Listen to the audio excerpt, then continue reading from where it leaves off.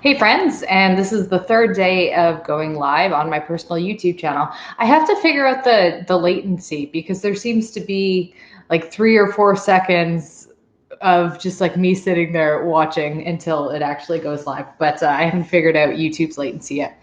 Anyway, what I want to talk about today is books. Now, in a previous video about how I decide what to read. And I just want to start this conversation by mentioning that I don't know how well you can see this, but I encourage you to, if you're remotely interested in reading, or if you want to start getting interested in reading and getting a little bit more involved in it, go on Goodreads. It's like the social media of books, but in a good way, like in a really great website. You can set writing goals. So every year, writing goals, you can set reading goals every year that I've done this. Probably I've been on Goodreads for a decade, but I've been doing reading challenges for the last 5 years where I try to read 52 books a year. Usually I get there or I get close or I get over. I'm going to keep track of it. It gives you like a nice little breakdown if you make your goal. But it's a good way to check out community ratings. I find the ratings for books on Goodreads to be really, really solid. It's just like real people, right? It's like ratings and reviews on sites like Amazon, I find are just a little bit more dicey. So anyway, add me on Goodreads. It's Allysia K. Actually, maybe I'll type it in the chat. It looks like, hi, Nicholas. Let me see if I can get this right. There we go. That should be it. I think that's my Goodreads name. So I always encourage you guys to add me, and then we can kind of see what each other are reading. What each other are reading. I think that would be the correct English way to say that. Anyway, oh, hi, Katerina. Awesome. So let's, yeah, I've been reading a lot about COVID-19. I've been keeping up with the news. I don't really want to comment on it because I'm just like an ignorant person from Canada. So what do I know? But I will say that Joseph Campbell's daily videos have been wonderful to follow. Highly recommend his YouTube channel. He's been a great source of information from the UK. So that's my personal preference. So anyway, what I want to talk about today is what books that are currently, I have this like here, I'm going to see if I can lift this up. Oh my goodness. This is a, this is a like monstrous stack of books that I have to read. At the end of the year, I started getting really interested in the idea of becoming better at writing. I've been writing for most of my life. I've actually just written a book, almost by accident. It's a little bit of a story, but over on my piano TV channel, I released a book for people who joined my most recent course. So it's not available to the public yet, but I've just been thinking a lot. Like I love writing. I always have.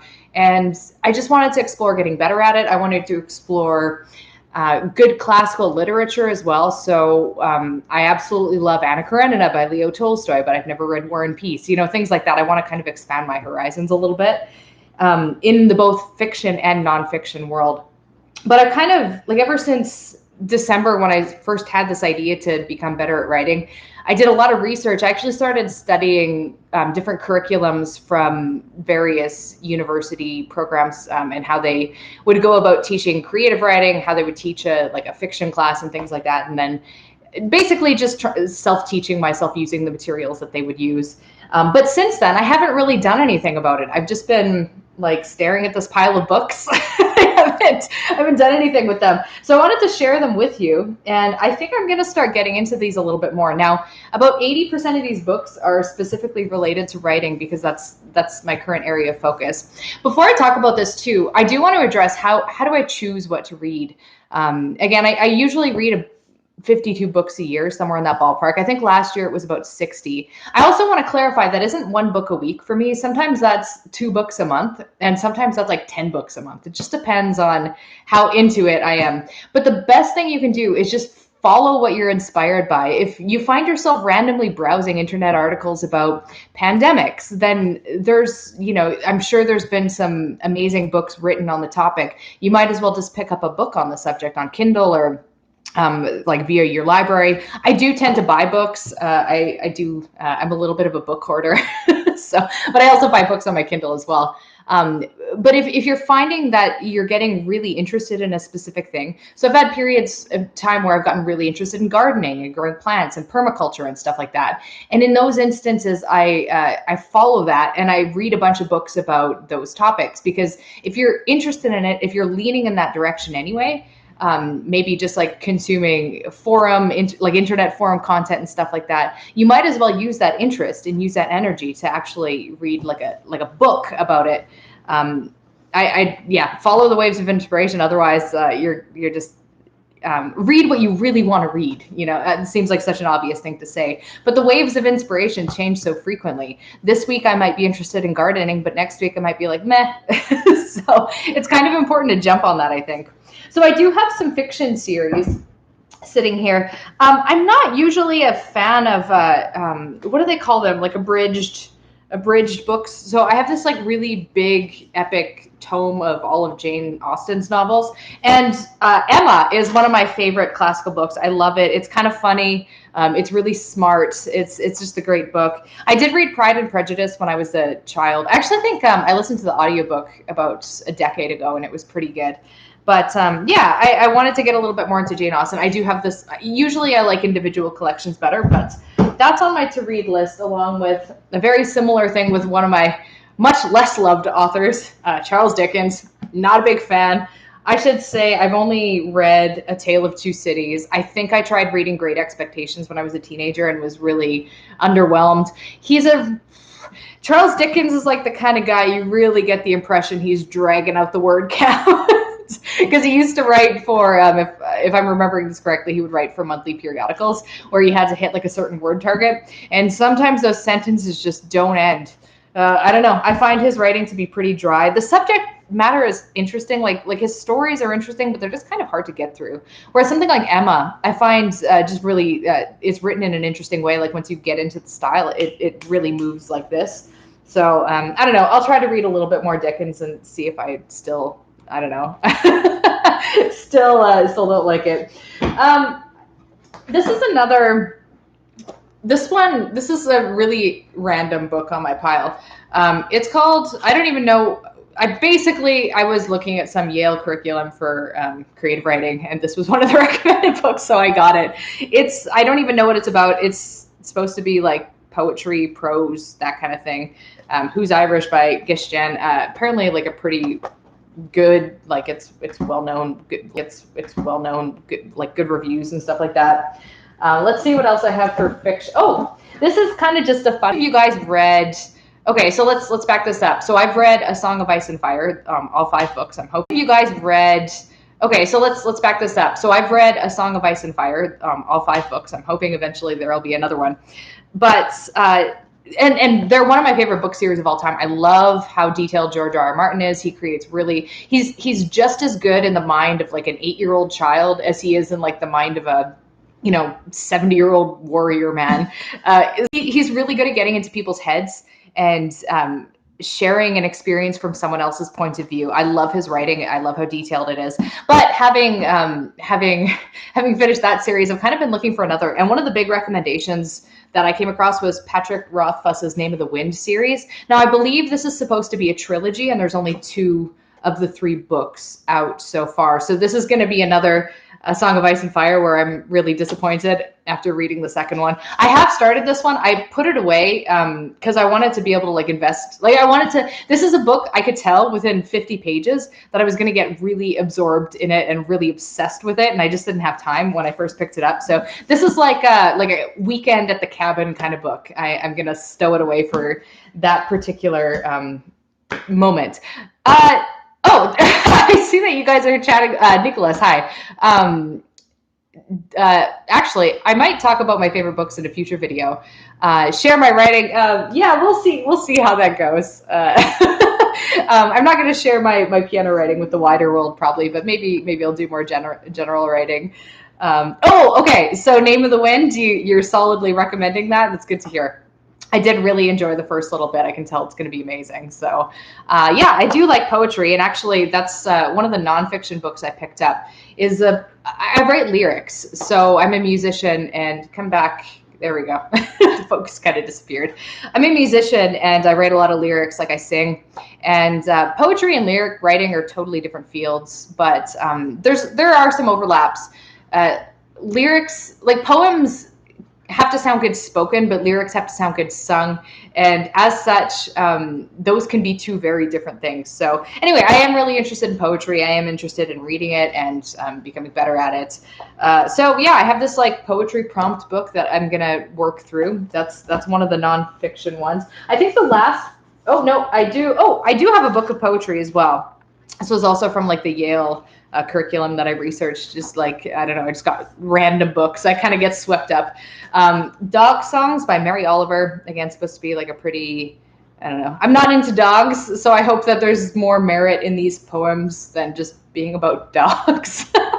So yeah, that's one I'm going to check out.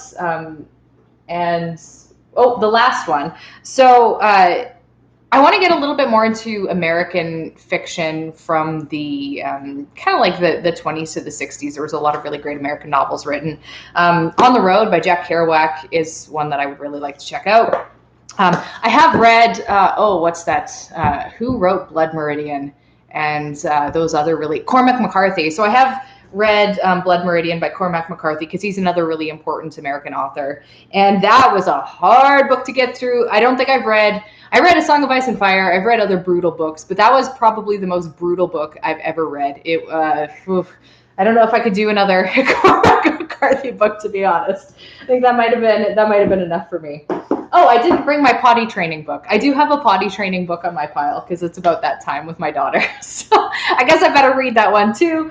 The last writing related one that I have here. I do tend to read personal development books. Usually I have these books in audiobook format or on my Kindle, but I do actually have the hard covey of The 4 Disciplines of Execution. This one's like one of the classics. It's co-authored by Sean Covey, who did...